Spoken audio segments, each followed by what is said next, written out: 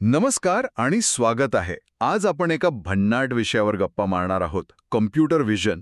सोप्या भाषेत सांगायचं झालं तर आपला संगणक किंवा मोबाईल पाहतो कसा. म्हणजे विचार करा, सेल्फ ड्रायव्हिंग कार रस्त्यावरची रहदारी कशी ओळखते, किंवा सुपरमार्केटमधला स्मार्ट चेकआउट तुमच्या बास्केटमधल्या वस्तू आपोआप कसं ओळखतं.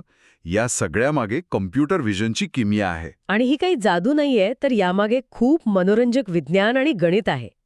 आज आपण मायक्रोसॉफ्ट लर्न मॉड्यूलच्या आधारे हेच समजून घेणार आहोत.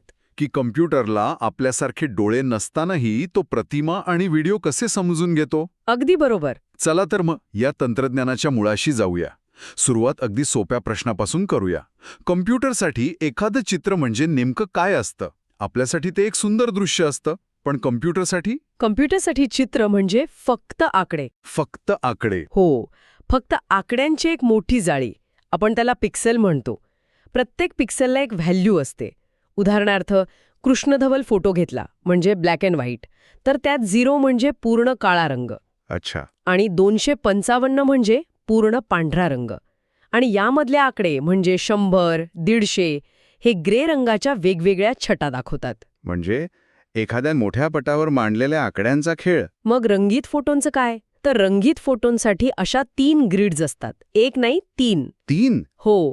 एक लाल रंगासाठी, ज्याला आपण रेड म्हणतो, एक हिरव्यासाठी म्हणजे ग्रीन, आणि एक निळ्यासाठी म्हणजे ब्लू. RGB channels. अगदी बरोबर.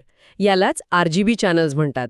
आणि या तिन्ही चॅनल्समधील आकड्यांच्या मिश्रणातून आपल्याला दिसणारा प्रत्येक रंग तयार होतो. छान. म्हणजे आता कॉम्प्युटरकडे आकड्यांच्या स्वरूपात चित्र आलंय, पण या आकड्यांवरून तो अर्थ कसा लावतो. इथे मॉड्यूलमध्ये फिल्टर्सचा उल्लेख आहे. हे आपल्या इंस्टाग्राम फिल्टर्स सारखे आहेत का? कल्पना अगदी तशीच आहे. कॉम्प्युटर व्हिजनमध्ये फिल्टर म्हणजे आकड्यांची एक छोटी ग्रिड असते, ज्याला कर्नल म्हणतात. कर्नल? हो. आणि ही छोटी ग्रिड संपूर्ण चित्रावरून फिरवली जाते. या प्रक्रियेला कॉन्व्होल्यूशन म्हणतात. हे कर्नल काय करतं, तर चित्रातील प्रत्येक भागातील पिक्सेल व्हॅल्यू बदलतं, ज्यामुळे चित्रावर एक विशिष्ट परिणाम दिसून येतो. उदाहरणार्थ लॅपलेस नावाचा एक फिल्टर आहे. तो चित्रातील वस्तूंच्या कडा म्हणजे एजेस ठळक करतो. त्यामुळे वस्तू ओळखणं सोपं होतं. ठीक आहे. म्हणजे कॉम्प्युटर आकड्यांच्या मदतीने चित्र पाहतो आणि फिल्टर्स वापरून त्यात बदल करू शकतो. पण चित्रात काय आहे हे तो कसं ओळखतो? मॉड्यूलमध्ये याची काही उदाहरणं दिली आहेत. पहिलं आहे इमेज क्लासिफिकेशन. हो, ही सगळ्यात जुनी आणि मूलभूत पद्धत आहे. यात एका मॉडेलला हजारो लेबल्स लावलेली चित्र दाखवून ट्रेन केलं जातं. अच्छा. जसं मॉड्यूलमधलं किराणा दुकानाचं उदाहरण आहे. मॉडेलला सफरचंदाचा फोटो दाखवला की ते सफरचंद म्हणेल, केळ्याचं दाखवलं की केळं म्हणेल. पण समजा एकाच फोटोत सफरचंद आणि केळं दोन्ही असतील तर? मग काय? बरोबर. त्यासाठीच पुढची पायरी आहे ऑब्जेक्ट डिटेक्शन. Object detection? हो, हे मॉडेल जास्त हुशार आहे. ते फक्त एक लेबल देत नाही, तर चित्रातल्या वेगवेगळ्या वस्तू ओळखून त्या प्रत्येक वस्तूभोवती एक चौकोन आखतं. म्हणजे एक बॉक्स? हो, बाउंडिंग बॉक्स. आणि ते सांगतं की कोणती वस्तू कुठे आहे. म्हणजे फक्त वस्तू ओळखायची नाही, तर तिची जागाही दाखवायची. पण समजा मला फक्त चौकोन नाही, तर सफरचंदाचा अगदी अचूक आकार हवा असेल तर? त्यासाठी अजून एक प्रगत पद्धत आहे, जिला सिमॅन्टिक सेगमेंटेशन म्हणतात. सिमॅन्टिक सेगमेंटेशन? हो. यामध्ये मॉडेल बाउंडिंग बॉक्स न काढता चित्रातील प्रत्येक पिक्सेलला ओळखतं. ते सांगतं की हा पिक्सेल सफरचंदाचा आहे, हा केळ्याचा आहे आणि हा मागच्या बॅकग्राऊंडचा आहे. अरे वा. यामुळे वस्तूचं अतिशय अचूक स्थान कळतं. आणि याही पुढे जाऊन कॉन्टेक्स्च्युअल इमेज ॲनालिसिस आहे. हे तर एखाद्या विज्ञान कथेसारखं वाटतंय मला. हो.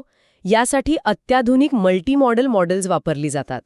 ही मॉडेल्स फक्त वस्तू ओळखत नाहीत, तर त्यांमधील संबंधही समजून घेतात आणि त्या चित्राचं वर्णन करणारं एक पूर्ण वाक्य तयार करू शकतात. जसं की एक व्यक्ती सफरचंद खात आहे. म्हणजे इथे विजन आणि भाषा एकत्र येतात.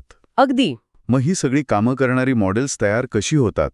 इथे कॉन्व्होल्युशनल न्यूरल नेटवर्क म्हणजे CNN नावाचा एक मोठा शब्द येतोय. हो. मी सोपं करून सांगते. आपण फिल्टर्सबद्दल बोललो, आठवतंय? हो, जे कडा वगैरे ओळखतात. बरोबर. तर CNN हे अशा अनेक फिल्टर्सचे थर वापरतं. ट्रेनिंग दरम्यान हे मॉडेल आपोआप शिकतं की फळं ओळखण्यासाठी कोणते फीचर्स महत्वाचे आहेत. म्हणजे काही फिल्टर्स केळ्याचा बाक ओळखायला शिकतील, काही सफरचंदाचा गोल आकार, तर काही फळाचं देठ. अच्छा. हे मॉडेल सुरुवातीला अंदाजे फिल्टर्स वापरतं, पण हजारो चित्र पाहून झाल्यावर ते स्वतःच्या चुकांमधून शिकतं आणि त्याचे फिल्टर्स अधिकाधिक अचूक बनवत जातं. आणि मग शेवटी हे शिकलेले फिल्टर्स नवीन चित्रातील फळ ओळखण्यासाठी वापरले जातात. म्हणजे CNN स्वतःच आवश्यक फिल्टर्स तयार करतं. पण मग मॉड्यूलमध्ये व्हिजन ट्रान्सफॉर्मर्स म्हणजे VIT नावाचा एक नवीन प्रकारही सांगितलाय. हो, ही एक खूपच रंजक गोष्ट आहे. ट्रान्सफॉर्मर्स हे मॉडेल मुळात भाषा समजून घेण्यासाठी बनवलं गेलं होतं. भाषेसाठी. हो, ते शब्दांमधील संदर्भ ओळखण्यात खूप प्रभावी ठरलं. मग संशोधकांना कल्पना सुचली की आपण हेच तंत्रज्ञान चित्रांसाठी का वापरू नये? पण चित्रांमध्ये शब्द तर नसतात. मग ते कसं काम करतं? शब्दांऐवजी व्हिजन ट्रान्सफॉर्मर चित्राचे छोटे छोटे तुकडे करतो, पॅचेस. तुकडे. हो, मग अटेन्शन नावाच्या एका तंत्राचा वापर करून तो या तुकड्यांमधील संबंध ओळखतो. जसं की टोपीसारखे दिसणारे तुकडे बहुतेकदा डोक्यासारख्या दिसणाऱ्या तुकड्यांजवळ सापडतात. म्हणजे ते संदर्भानुसार एक नकाशा तयार करतं. अगदी तसंच. अशा प्रकारे ती चित्रातील घटकांचा एक संदर्भानुसार नकाशा तयार करतं. आणि जेव्हा आपण भाषा आणि विजन या दोन्ही ट्रान्सफॉर्मर्सना एकत्र करतो तेव्हा तयार होतात मल्टी मॉडल मॉडेल्स. अगदी बरोबर. ही मॉडेल्स चित्र आणि त्यासोबत दिलेलं वर्णन या दोन्हींवर ट्रेन केली जातात. अच्छा. त्यामुळे ती चित्रांमधील व्हिज्युअल फीचर्स आणि भाषेतील शब्द यांच्यात संबंध जोडू शकतात. म्हणूनच ती एखादं नवीन चित्र पाहून त्याचं अचूक वर्णन करू शकतात. आता येतो सर्वात आश्चर्यकारक भागाकडे. ही मॉडेल्स आता केवळ मजकूर वाचून चित्र तयार करू शकतात. म्हणजे तुम्ही फक्त एक कुत्रा तोंडात काठी घेऊन चालला आहे असं लिहायचं आणि ते मॉडेल त्याचं चित्र तयार करतं. हे कसं शक्य आहे? या तंत्राला डिफ्युजन म्हणतात. मॉडेल एका रिकाम्या कॅनव्हासवर सुरुवात करतं ज्यावर फक्त गोंधळ असतो, नॉईज. नॉईज म्हणजे जुन्या टीव्हीवर दिसायचा तसा. हो, एक असाच. मग तुम्ही दिलेल्या मजकुराच्या आधारे ते हळूहळू हा गोंधळ कमी करत जातं आणि त्यातून एक चित्र आकार घेऊ लागतं. म्हणजे जणू एखादा शिल्पकार दगडाच्या मोठ्या खंडातून नको असलेला भाग काढून टाकतो. आणि शेवटी एक सुंदर मूर्ती तयार होते. अगदी तसंच. प्रत्येक टप्प्यावर मॉडेल स्वतःला तपासतं आणि चित्र मजकुराशी जुळत नाही तोपर्यंत त्यात सुधारणा करत राहतं. अविश्वसनीय. आणि हे तंत्रज्ञान व्हिडिओ बनवण्यासाठी वापरलं जातं का? हो, पण ते अधिक क्लिष्ट आहे. का? कारण तिथे मॉडेलला भौतिकशास्त्राचे नियम म्हणजे कुत्रा जमिनीवरच चालेल आणि वेळेनुसार घडणाऱ्या घटनांचा क्रम या गोष्टीही लक्षात घ्याव्या लागतात. समजलं. सर्वात चांगली गोष्ट म्हणजे हे फक्त ऐकण्यापुरतं मर्यादित नाही. मायक्रोसॉफ्ट लर्न मॉड्यूलमध्ये एक एक्सरसाइज दिली आहे जिथे कोणीही हे स्वतः करून पाहू शकतं. हो, त्यात एक चॅट प्लेग्राऊंडची लिंक आहे. तिथे तुम्ही स्वतःचे फोटोज अपलोड करून AIला प्रश्न विचारू शकता. खरंच?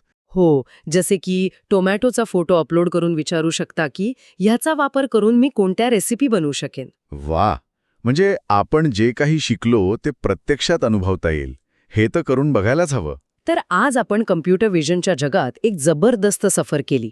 आपण सुरुवात केली की कम्प्युटर चित्रांना आकड्यांच्या स्वरूपात कसं पाहतो. त्यानंतर आपण पाहिलं की CNN आणि व्हिजन ट्रान्सफॉर्मर्स सारखी मॉडेल्स वस्तू ओळखायला आणि चित्रांमधील संदर्भ समजायला कशी शिकतात. आणि शेवटी हे तंत्रज्ञान केवळ पाहण्यापासून तयार करण्यापर्यंत कसं पोहोचलं आहे हे आपण डिफ्युजन मॉडेलच्या उदाहरणातून पाहिलं. खरंच साध्या इमेज क्लासिफिकेशन पासून ते आजच्या मल्टी मॉडेल मॉडेल्सपर्यंतचा हा प्रवास खूपच आश्चर्यकारक आहे.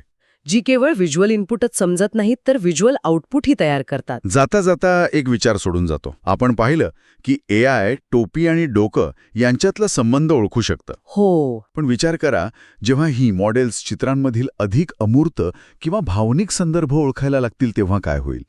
जेव्हा AI केवळ चित्राचं वर्णनच नाही तर त्यामागची गोष्ट किंवा भावना ओळखू शकेल. नक्कीच विचार करण्यासारखी गोष्ट आहे.